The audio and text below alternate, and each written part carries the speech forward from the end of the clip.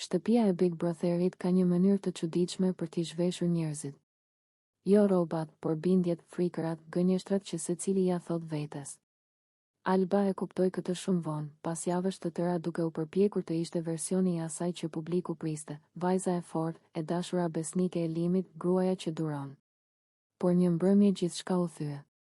Ajo po rrinte në divan me Suanitën. Të tjerët po grindeshin në kuzhinë për gjëra të kota, buka, radha e dushit, cigaret e fshehura. Zhurma ishte bërë si sfondi i përhershëm, por mes tyre dyjave kishte një heshtje tjetër, më të butë. Ti nuk je e lumtur, i tha Suanita pa e parë. Alba buzëqeshi me zor. Këtu askush nuk është. Jo, ja ktheu ajo, ti je e lodhur duke luajtur një rol që si e ti. Ajo fjali i hyri nën lëkurë. Ndarja nga hija e Limit. Historia me Limin kishte filluar jashtë kamerave, në një botë ku premtimet thuheshin pa mikrofon. Brenda shtëpisë u kthye në legjend, në presion, në pranga të padukshme. Sa herë Alba qeshte me dikush i kujtonte. Po Limi çfarë do thoshte? Sa herë mërzitej, e pyesnin. Apo të mungon ai? Ajo filloi të ekzistonte vetëm si vazhdim i një burri që nuk ishte aty. Një natë, në dhomën e rrëfimit, e pranoi me zë. Nuk e di më nëse e dua Limit apo thjesht kam frikë të jem pa të. Fjalët i ranë sigur. Afrimi me Suanitën. Suanita ishte ndryshe nga të gjitha aty brenda. Nuk bërtiste për vëmendje, nuk luante me kamera. Fliste pak, por kur fliste, fjalët e saj kishin peshë. Ajo e shihte Albën jo si personazh, por si njeri. Filluan të kalonin më shumë kohë bashkë, kafe në mëngjes, biseda të gjata në obor, shaka që vetëm ato i kuptonin. Publiku filloi ta vërente atë afrim të qetë, të natyrshëm. Ti kur qesh me të, dukesh tjetër, i tha një ditë Mira. Alba nuk ju përgjigj. Edhe vetë ndjente. Nata kur ndryshoi gjithçka. Ishte pas një spektakli të rënë. Alba ishte sulmuar nga disa banor për lojë të dy fish. Ajo u tërhoq në dhomë, me lotë që nuk don. E t'i shihte askush. Suanita hyri pas saj. Mos qaj për njerëz që s'të njohin, i tha dhe ja fshiu faqen me gisht. Ajo prekje e vogël i shkaktoi një rëmuj në gjoks. Alba e pa drejt në sy, më gjatë se zakonisht. Mes tyre nuk kishte më fjalë, vetëm një tërheqje të frikshme dhe të ëmbël. Puthja erdhi ngadalë, si diçka që kishte pritur kohë të gjallë. Jo sfidë për kamera. Jo lojë. Thjesht e vërtet. Alba u tërhoq e tronditur. Çfarë po bëjmë, përshpëriti. Po jetojmë, tha Suanita. Thyrja e tabuve. Të nesërmen shtëpia u zgjua me një sekret që nuk mund të fshihej gjallë. Shikimet e tyre i tradhtonin. Publiku jashtë po fliste, rrjetet sociale po zjenin. Disa banorë reaguan me habi, disa me paragjykim. Arbeni hodhi një batut të ulët. Na doli çift i ri për finale. Alba i u kthye ashpër. Dashuria nuk është material humori. Ishte hera e parë që fliste pa frikë. Përballja me veten. Ajo nuk ishte rritur në një botë ku ndjenja të tilla pranoheshin lehtë. Zëri i familjes, Illa. Dolce e kishte vizatuar Maldiven në mendje shumë kohë përpara se ta thoshte me zë. Ishte bërë si një strej e fshehtë brenda kokës së saj, ujë i kaltër si xham, rër e bardhë që nuk djeg, shtëpiza druri mbi det dhe një qetësi ku nuk ka kamera, as mikrofon, as zëra që gjykojnë.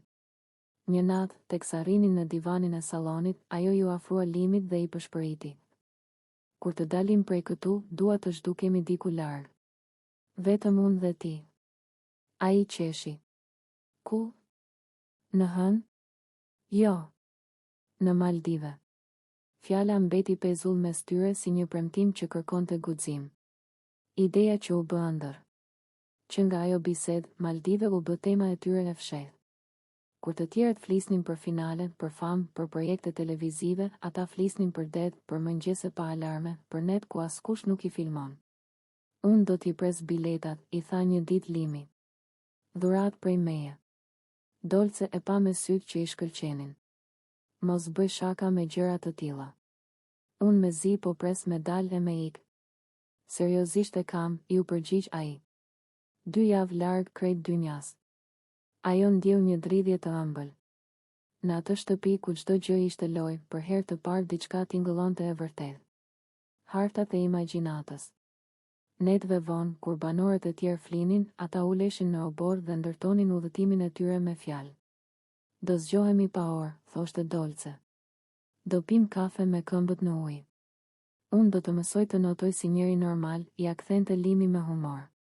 Ti vetëm di me u zhyt në telashe, ç'është ajo. Ata nuk kishin asgjë konkrete, vetëm një ëndër që rritej sa herë shtëpia bëhej më e rëndë. Shtëpia që të bën të ikësh. Brenda Big Brotherit gjithçka zmadhohet, xhelozia bëhet stuhi, fjala bëhet armë, heshtja bëhet burr. Dolce e ndjente se po lodhej nga roli i saj. Nuk donte më të ishte vajza provokuese e spektaklit, donte të ishte thjesht një grua që ecën zbathur në rër. Limi e kuptonte pa ia thënë. Ne s'jemi për këtë vend, i tha një mbrëmje. Këtu njerëzit dashurojnë për kamera. Po ne, e pyeti ajo. Ne po duam me ik prej tyre. Dhoma e rrëfimit. Dolce foli hapur para Bigut. Kam një plan kur të dal. Dua të shkoj në Maldive me Limin. Të haroj gjithçka. Këtu po më ha ajri. Produksioni e pyeti nëse ishte e sigurt për të. Ajo buzëqeshi. Për herë të parë jam shumë e sigurt. Biletat që ende s'ekzistojnë. Limi filloi ta përmendte para banorëve. Unë sa po të dal, punën e parë kam me i pre biletat. Disa qeshnin, disa e merrnin si strategji loje. Por për ta nuk ishte lojë. Ai e imagjinonte momentin kur do shtypte konfirm Purçase, emrat e tyre në ekran, datën e nisjes si derë e re.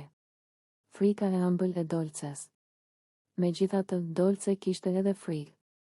Çfarë nëse jashtë nuk janë njësoj? Çfarë nëse Maldive mbetet vetëm fjalë? Një natë ja tha. Mos po ndërtojmë kështjella rëre. Limi ja kapi dorën. Edhe po u rrëzuan, i ndërtojmë prapë. Por së paku provojmë. Biseda me Hënën. Ajo shpesh dilte vetëm në obor dhe fliste me vete. Me zi po pres me dal e me ik.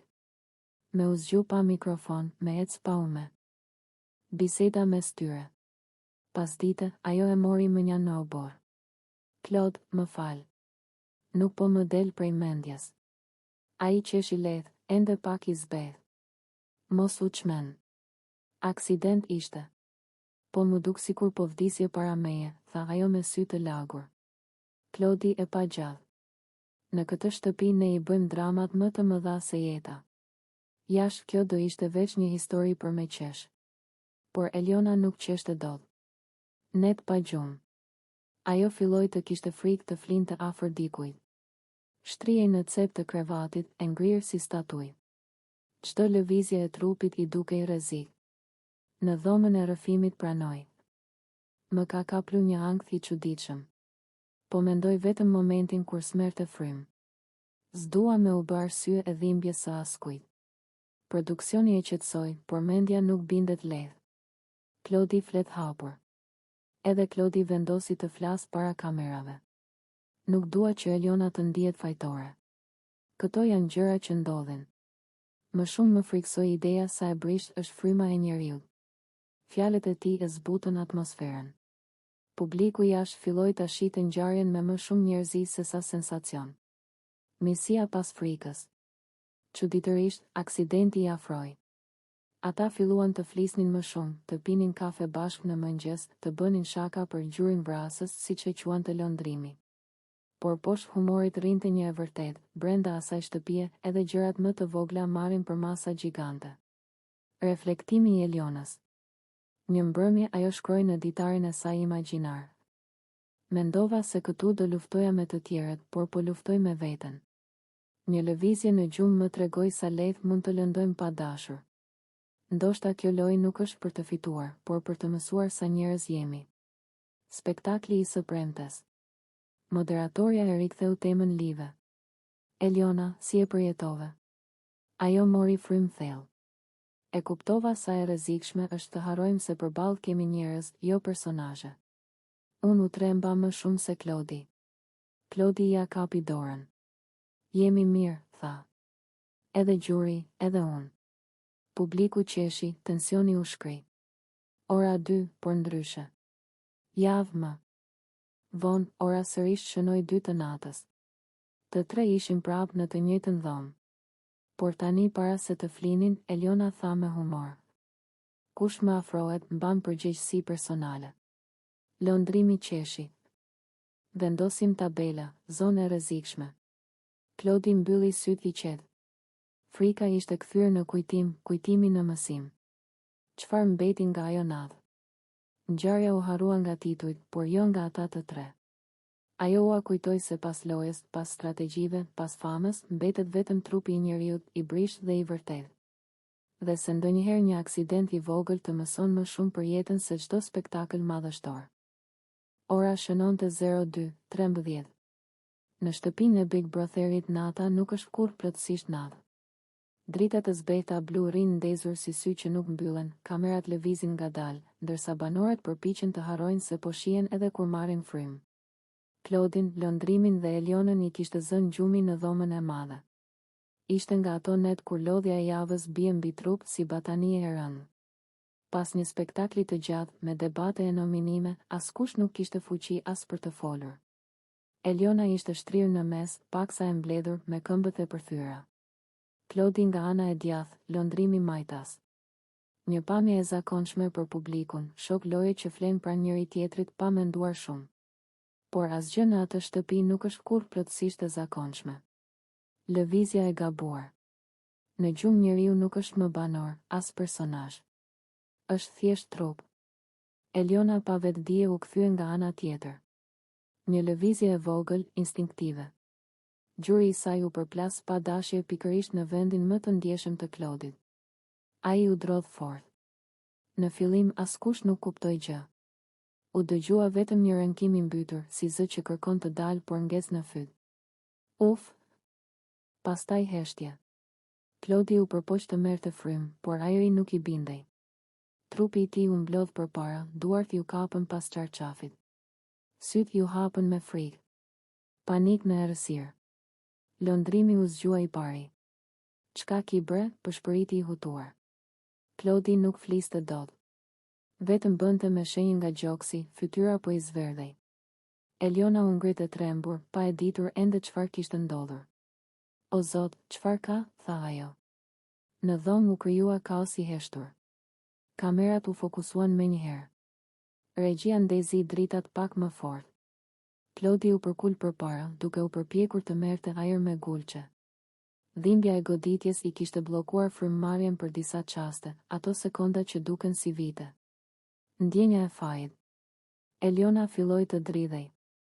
Unë i rash, a? Zëri i saj u hollua si fije. Lëndrimi i vuri dorën Klodit në shpinë. Qetësohu vëlla, merr frymë ngadal. Nëga. Altoparlanti u dëgjua zëri i produksionit që kërkonte ndërhyrje mjekësore. Hapat e shpejt në korridor e prishën heshtjen e shtëpisë. Eliona nuk dinte ku të futej. Ta shpifsha natën zdeshta, betohem zdeshta. Ajo e preku në krah, por kishte frikë se mos e lëndonte edhe më shumë. Sekondat që peshojnë. Klodi më në fund mori frymë thellë. Ajri ju kthye në mushkëri si uji i ftohtë pas etjes së gjatë. Jam mirë, përshpëriti me zë të ngjirur. Por sytë i kishte ende të mbushur me lot refleksiv nga dhimbja. Mjeku i shtëpisë hyri shpejt, e kontrolloi, i bëri disa pyetje të thjeshta. Nuk kishte asgjë serioze, vetëm një goditje e papritur që i kishte marrë frymën për momentin. Megjithatë frika kishte bërë punën e vet. Dhoma që u bë gjyq. Të nesërmen ngjarja u bë tema kryesore. Disa qeshnin me siklet, disa e egzageronin, të tjerë e shihnin si diçka të rrezikshme. Arbeni tha në kuzhinë. Këtu edhe gjumi po u bë sport ekstrem. Mira e qortoi. Mos u tall, njeriu de. Mesazhi që e tronditi Albën. Kur Alba dëgjoi fjalët me prit jashtë se do e djegim, bota i u shem. Ajo e njihte zërin e Limit më mirë se emrin e vet.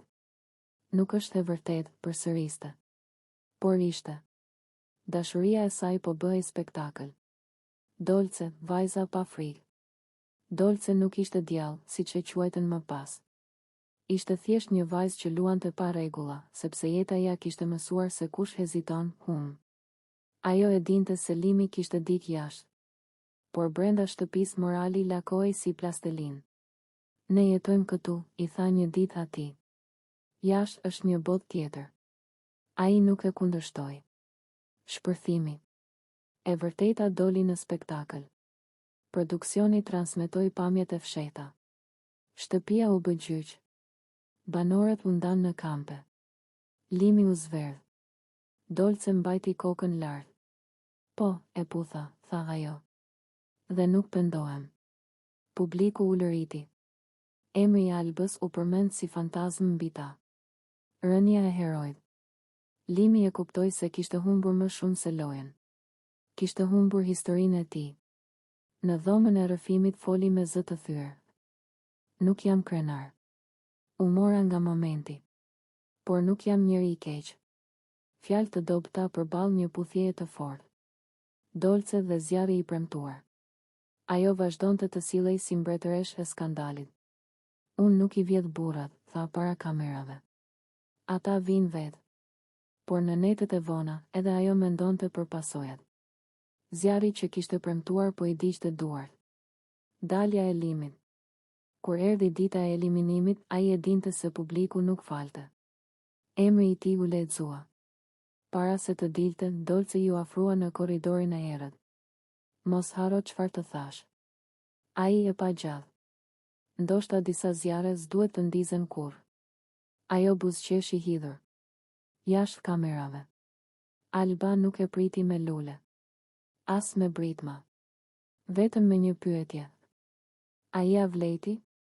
Limi nuk gjeti përgjigje. Fundi pa filter. Historia e tyre u bë mësim për të gjithë banorët e ardhshëm, se Big Brotheri nuk nxjerr vetëm karakterin, por edhe errësirat. Dolce vazhdoi rrugën e saj pa pendes. Limi mbeti mes dy botëve. Alba mësoi se besimi është më i brishtë se çdo nominim. Dhe publiku e kuptoi se brenda asaj shtëpie nuk fiton më i forti, por ai që del pa e tradhtuar veten. Zjarri që u ndez në heshtje. Në shtëpinë e Big Brotherit sekretet nuk jetojnë gjallë. Muret kanë vesh, kamerat kanë durim dhe njerëzit dobësi. Limi e dinte këtë më mirë se kushdo, por atë natë vendosi ta haronte. Dolce rinte ulur në cep të oborrit, aty ku dritat bien më butë dhe hijet duken si vende ku mund të fshehesh mëkatet. Flokët I kishte lëshuar mbi supe dhe po pinte një cigare ngadalë, sikur po e shijonte çdo sekondë lirie brenda atij kafazi luksos. Ai ju afrua pa zhurmë. Po më shmangesh gjithë ditën, I tha. Unë si shmangem askujt, u përgjigj ajo me atë buzëqeshjen që nuk kuptoi kurrë nëse ishte ftesë apo sfidë. Mes tyre kishte javë të tëra tensionit të pathënë. Publiku e quante Kimi, banorët loj, ndërsa Alba, diçka që nuk guxonte as ta mendonte. Momenti I ndaluar. Kamera e korridorit po rrotulloi ngadalë kur Limi e kapi Dolcen nga dora dhe e tërhoqi pas murit të lavanderisë. Aty ku mikrofonat kapin më pak, ku zërat përzihen me zhurmën e makinës së larjes. Je e çmendur që po më afrohesh kaq shumë, I tha ai. Edhe ti, I u përgjigj ajo dhe e pa drejt në sy. Puthja erdhi pa paralajmërim. E ëmbël, e shkurtër, por e rëndë si vendim. Dolce ia vendosi dorën në faqe. Me prit kur të dal jashtë, pëshpëriti. Se do e djegim krejt. Fjalët I rrëshitën si zjarr nëpër lëkurë. Ai nuk u tërhoq. Vetëm mori frym thellë, si njeri që sapo ka hyrë në një rrugë pa kthim. Frika pas pasionit. Kur u kthyen mes të tjerëve, gjithçka dukej njësoj, batuta, pjata që përplaseshin, zhurma e televizorit në sallon. Por asgjë nuk ishte më njësoj. Limi nuk guxonte ta shihte Albën në sy. Dolce sillej sikur nuk kishte ndodhur asgjë. Por shtëpia I ndjen të vërtetat. Ato rrin pezull në ajër si parfum I fortë. Mira e vështroi Dolcen me dyshim. Je bërë shumë e qeshur sonte. Jam në qejf, ja ktheu ajo. Alba, që rinte në divan, e ndjeu një therrje të pakuptueshme. Nuk dinte asgjë, por zemra e njeriut shpesh sheh më larg se syt. Ndërgjegjja e Li. Mit. Atë natë Limi nuk fjeti. I silleshin në kokë dy fytyra, Alba me sytë e pastër dhe Dolce me buzët që ende i digjnin. Çfarë po bëj, i tha vetes. Ai kishte hyrë në Big Brother për famë, për sfidë, ndoshta edhe për t'i ikur pak lidhjes së tij të gjallë. Por nuk e kishte menduar se do të arrinte deri këtu. Dolce nuk ishte si Alba. Ishte stuhi, rrezik, aventurë. Dhe pikërisht kjo e tërhiqte. Loja brenda lojës. Ditët në vazhdim, marrëdhënia mes tyre u bë një teatër i heshtur. Para kamerave flisnin si miq, por në kuzhinë duart prekeshin rastësisht, në korridor shkëmbenin shikime që zgjasnin pak më shumë se ç'duhej. Publiku filloi të dyshonte. Rrjetet sociale u çmendën. Ka diçka mes Limit dhe Dolces, shkruanin portalet. Alba jashtë e lexonte gjithçka. Çdo titull i dukej si thikë e vogël. Përballja e parë. Një mbrëmje, gjatë një loje me pyetje, Arbeni e hodhi bombën. Limi, po të ishe single këtu brenda, këdo zgjidhje për një takim? Syt u kthyen nga Dolce. Ai qeshi.